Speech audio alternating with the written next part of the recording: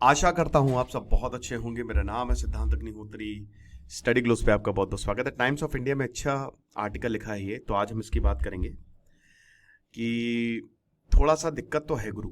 देखिए, लव जिहाद जो है वो बहुत ही डेंजरस चीज़ होती है, हम सबको बचना चाहिए। इस पे लॉज भी हैं कि बस किसी को कन्वर्ट करना और अपने धर्म में मिलाना बहुत गलत है। लेकिन क्या अगर इंसान प्यार करता हो तो वो सही है?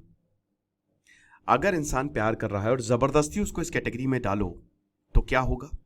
ऐसा ही एक केस दोस्तों आया है। प्यार एक ऐसी चीज है जो अगर पूरी दुनिया में प्यार हो तो पूरी दुनिया कमाल हो जाए। जो इंसान को प्यार नहीं मिलता वो नफरती हो जाता है। मैं इस समय 4 धाम यात्रा पे हूं। शुरुआत गंगोत्री से, यमुनोत्री से की थी, गंगोत्री, केदारनाथ, बद्रीनाथ। लेकिन मुझे यहां पे देख रहा हूं मैं कि परेशानी है, लोग जो हैं वो परेशान हैं, है ना। लेकिन जब आप भगवान के दर पे जाते हो तो प्यार आ ही जाता है, बहुत प्यार। सो जजेस जो हैं वही, मतलब हमारी जुडिशरी है तो हमारा समाज है ना। जुडिशरी जो है वो डेमोक्रेसी को अपहोल्ड करती है। मैं अभी एक इंटरव्यू सुन रहा था तो उसमें पाकिस्तान का जिक्र किया, कर्नल थे, तो उन्होंने बताया कि एक केस हुआ आर्मी पे, तो आर्मी के जो वहां पे टॉप रैंक थे उन्होंने फोन किया जज को, जी जनाब ये क्या भाई, लॉ वो हमको नहीं पता, केस रफा दफा करो। जी जनाब। कोर्ट ने केस बदल दिया। वहां ऐसे काम होता है, हमारे ऐसे काम नहीं होता। कुछ गलत है तो गलत है। हमारे जजेस they are the upholders of truth and custodians. भाई वही बताते हैं, वो इंटरप्रेट करते हैं लॉ, फेयरनेस, एथिक्स। लेकिन कई बार कुछ ऐसे डिसीजन होते हैं जो हमको समझ में नहीं आता। कई बार किसी को बोला जाता है जो सेक्सुअल हरासमेंट है कि आप राखी बांधिए। इसीलिए हायरार्की है कोर्ट की कि अगर मान लो कि निचले कोर्ट ने कुछ गलत डिसीजन दिया है तो आप ऊपर वाले कोर्ट पे अपील कर सकते हो। इसीलिए ही बहुत बढ़िया हमारा लीगल सिस्टम है, बहुत बढ़िया। ठीक है, मैं मानता हूं कि दिक्कतें हैं, प्रॉब्लम्स हैं, लेकिन जस्टिस इज नॉट डिनाइड। देर से मिलता बट मिलता है, ठीक है। तो कई बार ऐसे डिसीजंस आते हैं जो समझ नहीं आते। अब अभी एक रीसेंट जजमेंट आया है सेशन कोर्ट, जाहिर सी बात है हाई कोर्ट में भी मामला जाएगा। उत्तर प्रदेश बरेली डिस्ट्रिक्ट बगल में ही है, जहां पे एक जज ने मुस्लिम मैन को यह कहा है कि आपको उम्र कैद की सजा दी जाती है। अब ऐसा क्यों है? लव जिहाद का मामला है गुरु। लव जिहाद, ऑब्जेक्टिव, फंडिंग, नेचर, इसको डिस्क्राइब किया और एक एग्जाम्पल सेट किया कि लव जिहाद करोगे तो तुमको सजा मिलेगी। मिलनी भी चाहिए, बिल्कुल मिलनी चाहिए। टर्म जो है वो केरल में, कर्नाटक में 2009 में, साउथ में ये टर्म जो है वो कॉइन हुआ था। तब से बहुत सारे सरकारों ने इस लॉ को इनैक्ट किया है, एंटी लव जिहाद लॉ जिसको कहते हैं, कि रिलीजियस कन्वर्जन्स, प्यार है, प्यार के लिए प्यार नहीं है, प्यार का नाटक है। क्यों? क्योंकि कन्वर्ट करना है, तो ये बहुत गलत है। फरवरी 2020 में लोकसभा क्वेश्चन यहां पे कांग्रेस एमपी बेनी बेहानन ने किया था। यूनियन मिनिस्टर ऑफ स्टेट जी किशन रेड्डी ने क्लैरिफाई किया कि लव जिहाद जो है it's not defined under any existing law. अभी तक कोई केस सेंट्रल एजेंसी ने रिपोर्ट नहीं किया।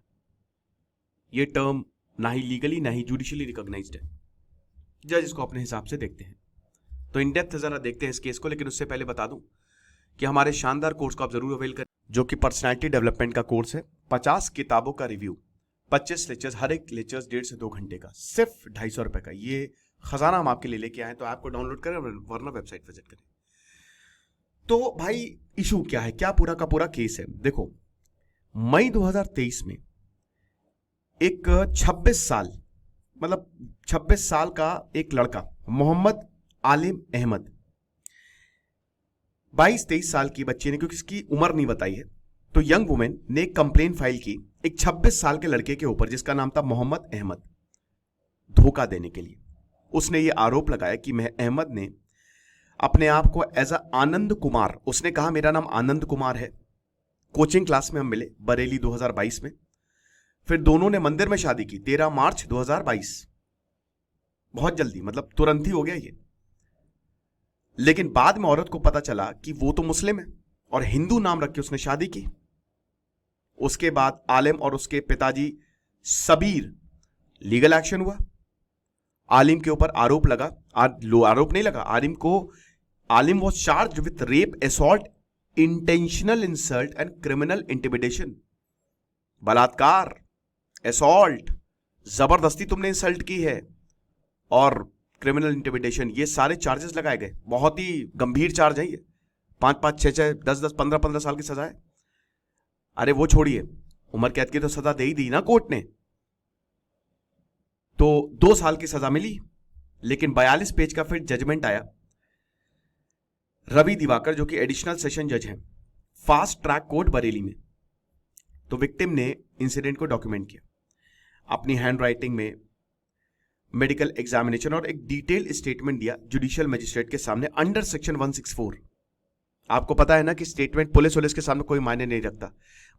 पुलिस कुछ भी कहलवा ले, मर्डर कर दिया, हाँ कर दिया, लेकिन जब तक आप मजिस्ट्रेट के सामने जजमेंट नहीं दोगे ना, मतलब जजमेंट कह रहा हूं, स्टेटमेंट नहीं दोगे, वही मायने रखता है, ठीक है ना।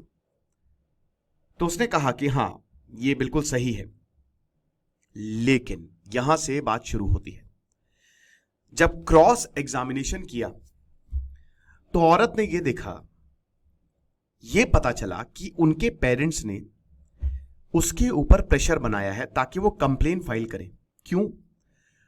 राइट विंग एक्टिविस्ट, क्योंकि आलिम मुसलमान है, तो राइट विंग एक्टिविस्ट ने ये प्रेशर बनाया है।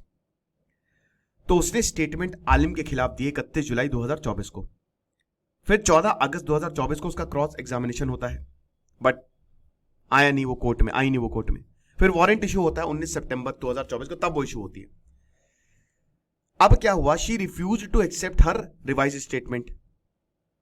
तो कोर्ट ने यह ऑब्जर्व किया कि विक्टिम ने अपनी टेस्टिमनी को चेंज कर दिया है ना, आलिम्स के फेवर में चेंज किया है, राइट, जब क्रॉस एग्जामिनेशन हुआ। अब वही है कि यह भी लगा कि शायद अक्यूज्ड ने, यानी कि आलिम ने इसको कन्विंस कर लिया है। तो जज दिवाकर ने ऑब्जर्व किया कि एक गैप है विक्टिम के एग्जामिनेशन इन चीफ और क्रॉस एग्जामिनेशन, ये कहीं ना कहीं विटनेस को ब्रेक करने की तैयारी है। कोर्ट ने यह नोट किया कि विक्टिम ने क्लेम किया कि जब उसको टेस्टिफाई कर रहे थे तो उसकी खुद की इच्छा थी, और मैं बीमार थी 3 महीने के लिए, इसलिए मैं आ नहीं पाई, और मेरा कोई पेरेंट से कांटेक्ट भी नहीं है, मैंने 1 साल से अपने पेरेंट से बात भी नहीं की है। जज ने यह भी बोला कि देखिए, मुझे ऐसा लगता है कि जो विक्टिम है वो she is living alone in a rented house, वो अकेली रह रही है रेंटेड हाउस में और अपने आप को फाइनेंशियली सपोर्ट कर रही है। उसने एंड्रॉइड फोन जो है वो कोर्ट में लेके आई। तो अब भाई जाहिर सी बात है कि जब आप ऐसे अकेले ले रहे हो तो कैसे एंड्रॉइड फोन को आप अफोर्ड कर सकते हो? नहीं ना। तो जज दिवाकर ये कंक्लूड करता है कि विक्टिम को फाइनेंशियल सपोर्ट आलिम दे रहा था, तो ये इलीगल कन्वर्जन का केस है थ्रू लव जिहाद। हालांकि कोई फॉर्मल एविडेंस या फिर आर्ग्यूमेंट्स इस पे नहीं पेश किए गए, लेकिन विक्टिम ने क्लेम किया कि मैं अपने हस्बैंड से प्यार करती हूं, जबरदस्ती मुझे प्रेशर किया गया ये स्टेटमेंट रिकॉर्ड करने के लिए। लेकिन जज ने बिलीव ही नहीं किया, बोला कि तुम्हारी एजुकेशन और तुम्हारी ability to make independent decisions ये नहीं है, यानी कि एक तरीके से तुम खुद नहीं सोच सकती, तुमको सोचवाया जा रहा है ना, तुमको तुम्हारा बाहरी प्रभाव है, आलिम ने तुम्हारे पर जादू कर दिया इसलिए तुम ऐसा बोल रही हो। ऐसा जज का मतलब एक तरीके से वो इंटरप्रिटेशन था।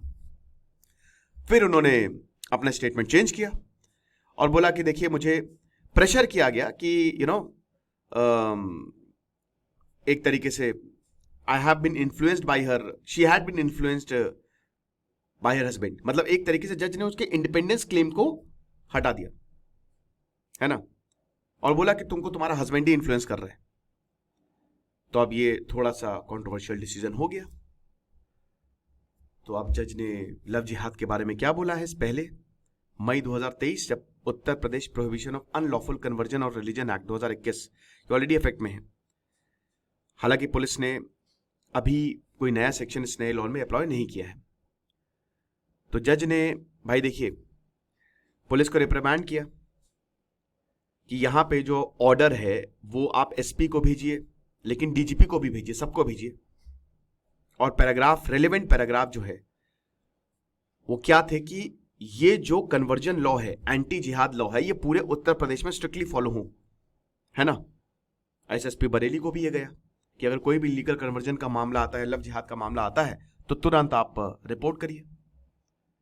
आप डायरेक्टिव को इश्यू करने से पहले जज ने इलाबोरेट किया कंसेप्ट ऑफ लव जिहाद को, कि एक इंटरनेशनल कॉन्स्पिरेसी है, पाकिस्तान बांग्लादेश से आई है और भारत में फैल रही है, ये चीज़ है। तो जज ने बहुत अच्छे से बताया कि जो मुस्लिम मेन है वो सिस्टमैटिकली हिंदू वुमेन को टारगेट करते हैं, उनको कन्वर्ट करते हैं, उनसे साथ शादी करते हैं, ठीक है, प्रिटेंड करते हैं शादी करने के लिए। जज ने ये भी बोला कि आलिम ने, याद रखिएगा मैं ये टाइम्स ऑफ इंडिया का आर्टिकल है, ठीक है ना, मैं आपको लिंक भी डिस्क्रिप्शन में दे दूंगा, मैं उसके बेसिस पे बता रहा हूँ। तो जज ने ये भी एलिज किया कि आलिम ने रेप किया है औरत का, उसकी फोटोज वीडियोज बनाई है और लगातार उसको सेक्सुअली असॉल्ट किया है।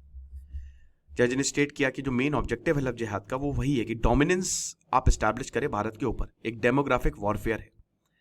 बोला कि एक्ट्स जो है इस तरीके से कैरी, मतलब these acts are carried out by few, मतलब कुछ लोग इसको कैरी करते हैं और सब लोग इसमें बदनाम होते हैं, पूरी मुस्लिम कौम बदनाम होती है, जो कि गलत है। और एंटी कन्वर्जन लॉ आने चाहिए ताकि भारत की constitutional guarantee of religious freedom को एनफोर्स किया जा सके, ठीक है। तो जज ने सरकार को भी बोला कि देखिए इलीगल कन्वर्जेंस को रोकना चाहिए, है ना।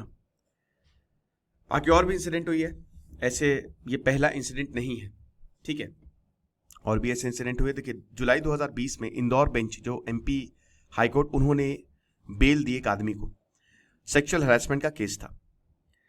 अब अनयूजुअल कंडीशन थी कि विक्टिम ने उसको राखी बांधी। कोर्ट ने डायरेक्ट किया कि अक्यूज ने प्रॉमिस किया है कि उसको प्रोटेक्ट करने का और उसको 11,000 रुपए गिफ्ट करने का as part of the custom. तो ऑर्डर जो है वो it was challenged by women lawyers supreme court में मार्च 2021 में। इस कंडीशन को असाइड करते हुए बोला कि जज जो है वो स्टीरियोटाइपिंग बंद करे, ठीक है। सुप्रीम कोर्ट ने ये तक बोला कि आप जजेस को सेंसिटाइज करिए।